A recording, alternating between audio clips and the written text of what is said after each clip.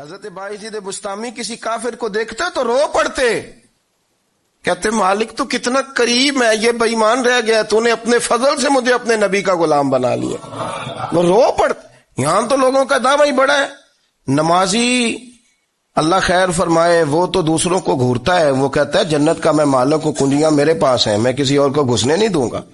اور اگر 2-3 حج کر لے تو پھر تو وہ کہتا ہے کہ اب میرے سے پوچھ کے لوگ جنت میں جائیں گے معاذ اللہ۔ اور اگر وہ 2 4 5 7 دفعہ کوئی نفل پڑھ لے تو پھر وہ کہتا ہے چھوڑیں جی سارے لوگ بے عمل ہیں، میں اکیلا نیک ہوں۔ نہ ایسا کریں، اپنی توجہ اپنے رب پہ رکھیں، اپنی توجہ اپنے معین الملت والدین، عطا رسول، ہند الولی، غریب نواز، خواجہ معین الدین چشتی، حضرت خواجہ اجمیر، شاہ اجمیر، والی ہندوستان، آخری عمر میں نا سارا دن روتے گزر جاتا، ساری رات روتے گزر جاتے، ذرا سی کوئی بات کرتا تو رو پڑتے، آنکھیں آنسوں سے بھری رہتی۔ کئی دفعہ اپنے بھی پریشان ہو جاتے ہیں نا کہ یار تو ایک بات کی جان ہی نہیں چھوڑ رہا، تو خواجہ قطب الدین صاحب بختیار کاکی سے لوگوں نے کہا کہ آپ مرشد سے بات کریں، اتنا بھی تو نہیں نہ رونا چاہیے، ہر وقت اس کے آنسو کی کریے، عاشق دا کام ہی رونا تونا تے بنا رویوں نہیں منظوری، یہ عاشق سدا ہی روندا رہندا ہے، پاویں وصل ہوئے تے پاویں دوری، ہر وقت رونے کا کیا مطلب ہے؟ تو خواجہ قطب صاحب کہتے ہیں میں قریب گیا تو میں نے پیر دبائے، میں نے کہا سونیا لوگ تو کچھ بھی نہیں کرتے، تو نے تو کمال کر دیا، 90 لاکھ آدمی مسلمان کر دیا، دنیا کچھ نہیں کرتی، تو نے 50 سال ساری رات مسلح پہ بیٹھ کے رب راضی کیا، تو شہزادہ تھا، حضور کی اولاد تھا، لیکن معین الدین تیرا ایک پلاٹ بھی نہیں، تو نے طالب علم پالے، انہیں غریبوں کو دیا، تو نے نوازا، کوئی شے نہیں تیرے پاس، ہر چیز تو نے، ساری رات روتے ہو، سارا دن روتے ہو۔ تو خواجہ قطب الدین صاحب کہتے ہیں میں نے جب عرض کیا تو خواجہ صاحب مجھے گلے لگا لیا، چیخ مار کے روئے، کہنے لگے قطب الدین پتر داڑھی سفید ہو گئی، جانے کا وقت آ گیا، جو تو نے نیکیاں گنوائی ہیں وہ ہیں صحیح میرے پاس، پر یار کی بارگاہ میں پیش کرنے کے قابل ایک بھی نہیں، تو بارگاہ تو دیکھ کتنی بڑی ہے، رسول کریم کی بارگاہ میں پیش کرنے کے قابل ان میں سے ایک بھی نہیں، تو آستانہ دیکھ کتنا بڑا ہے، کیا پیش کروں گا، کیا عرض کروں گا حضور کی بارگاہ میں، کس طرح؟ وہ یار جو بڑے تھے وہ تو ڈرے ہوئے تھے، سہمے ہوئے تھے، وہ تو بڑی آزمائش میں تھے، لیکن میرا اور آپ کا رٹا 2 نمازیں پڑھ کے 6 نمازوں کا دعویٰ کرنا اور لمبی چوڑی کہانیاں بنانا اور اپنے منہ سے اپنی تعریفیں کرنا، اس سے تھوڑا باہر آئیں۔ رزق بھی میرا اللہ ہی دیتا ہے، علم بھی اللہ دیتا ہے، رزق بھی۔ بڑے بڑے فقیروں کو مالدار ہوتے دیکھا، بڑے بڑے مالداروں کو فقیر ہوتے دیکھا، بڑے بڑے، میرے ایک بڑا سخی قسم کا سجن ہے، بڑا پیارا ہے، میں اسے سخی مانتا ہوں، میں نے اپنی پریشانیوں کے دنوں میں بھی اس شخص کو سخی دیکھا۔ ایک دن رات کو مجھے ٹیلی فون کر کے کہنے لگا کدھر ہو؟ میں نے کہا میں گھر ہوں۔ نہیں اکثر سفر میں ہوتے ہو نا؟ میں نے کہا نہیں، طبیعت کیسی ہے؟ ٹھیک ہے، بس حال چال پوچھنا تھا۔ میں نے سمجھائی، میں نے کہا یار یہ کوئی مسئلہ ہے، ورنہ رات کے 2 بجے کوئی حال پوچھنے کو فون تو نہیں نہ کرتا، کوئی مطلب ایسا تو مسئلہ نہیں نا؟ تو میں نے بیک کال کی، میں نے کہا یار میری بات سن، مسئلہ کیا؟ کہ نہیں کچھ نہیں دل کر رہا تھا۔ میں نے کہا میری گل سن، رہے ہیں اسی 4-5 سال کٹھے، میں تین جاننا، اصل بات کر۔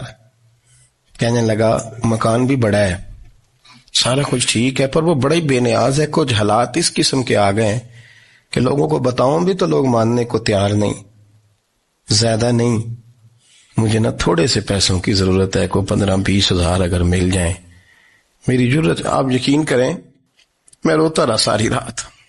میں نے کہا مہربانہ تیرا کس طرح کریں گے، اس سے لے کے زمانہ استعمال کرتا تھا، پر بے پرواہی ویکھ نہ سجڑ دی، جتھے کسے دی پیش نہ جاوے، انہیں تاجاں والے در در رولے تے منگتیاں تخت بٹھاوے۔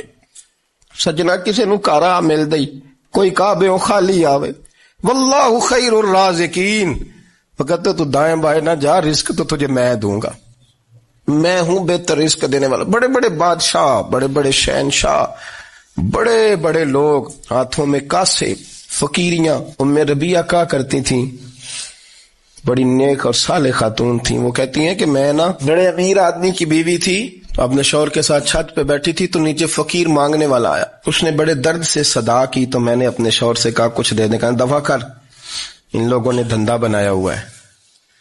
کہتی میں میکے سے بھی بڑا مال لے کے آئی تھی، میرے ماں باپ بڑے امیر تھے تو میں نے نا چوری اپنے خامہ سے نظر بچا کے باتھ روم جانے کے بہانے گئی اور نیچے جا کے 5 دینار میں نے اس فقیر کی ہتھیلی پہ رکھے۔ کہتے اس نے 5 دینار دیکھے، پھر میری طرف دیکھا تو میں نے اس کی آنکھوں میں آنسو چمکتے دیکھے۔ کہنے لگے بی بی رب تیرا بھلا کرے، میں 3 دنوں کا بھوکا ہوں۔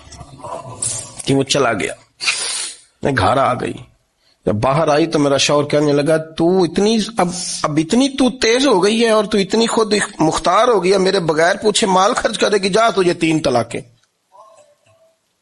کہتی میں بالدار اور وزادار باپ کی بیٹی تھی، طلاق لے کے گھر آئی تو میرا باپ ٹوٹ گیا، چارپائی پہ چلا گیا، اوہو یہ کیا بن گیا۔ کہتی بڑی تکلیف رہی، 1-2 سال کے بعد میرے ابا نے میری شادی کر دی۔ اب جس شوہر کے پاس گئی وہ بڑا نیک تھا، پرہیزگار تھا، اللہ نے بہترین صلہ دیا۔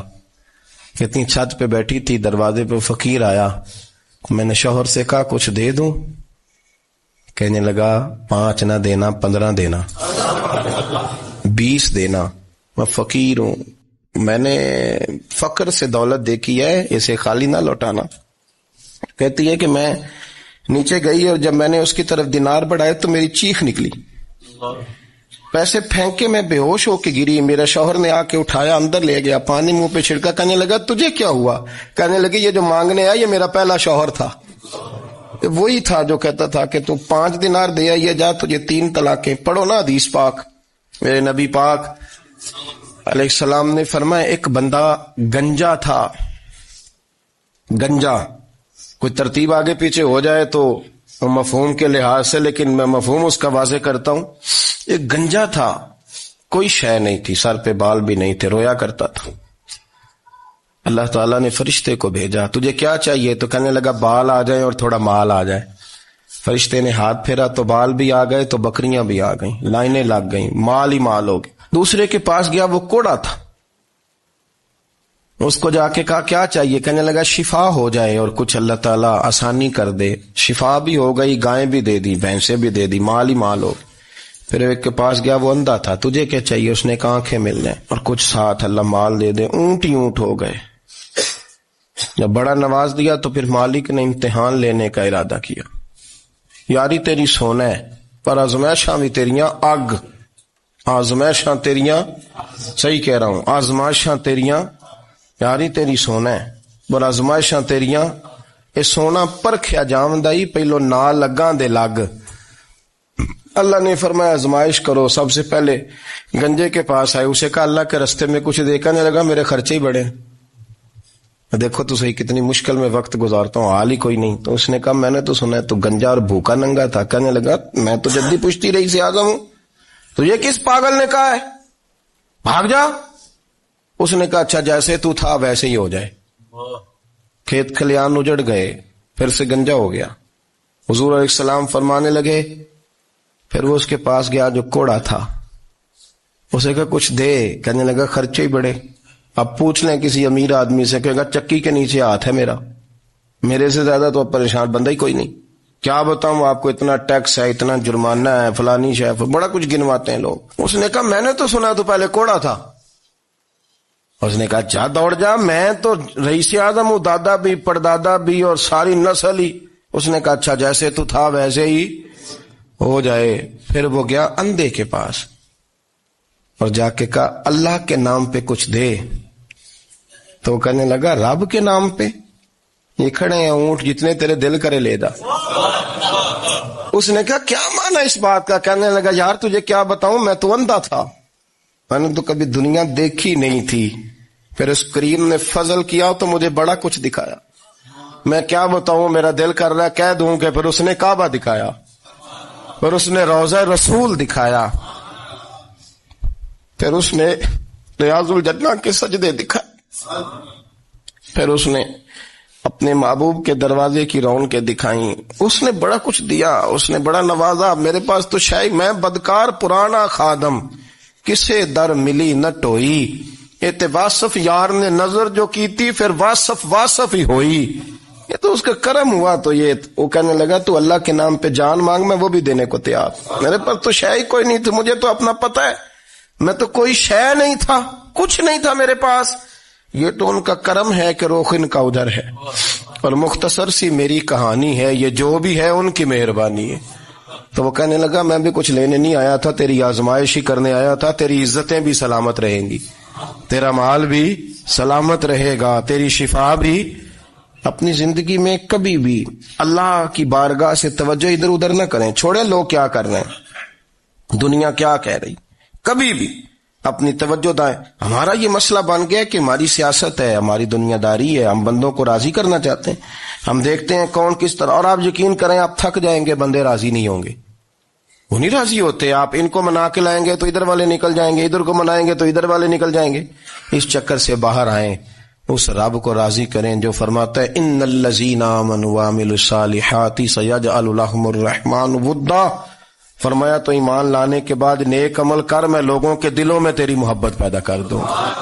رحمان لوگوں کے دلوں میں محبت ڈال دے گا, اللہ لوگوں کے دلوں میں. اپنی نظر ہمیشہ اپنے رب پہ رکھیں. اتنی لمبی چوڑی دنیا داروں سے امیدیں نہ وابستہ کریں. میں نے دیکھا ہے لوگ کاسا لیسی کرتے ہیں, کبھی اس کے دروازے پہ کبھی اس کے دروازے پہ. ان چکروں سے باہر آئیں اور اپنے رب کی بارگاہ کی طرف توجہ کریں. استغفار شوق سے پڑھا کریں. اور اکیلے میں نا, اکیلے میں حضرت رئیس المتکلمین مولانا نقی علی خان صاحب رحمۃ اللہ نے لکھا ہے کہ فرعون 500 سال حکومت کر گیا.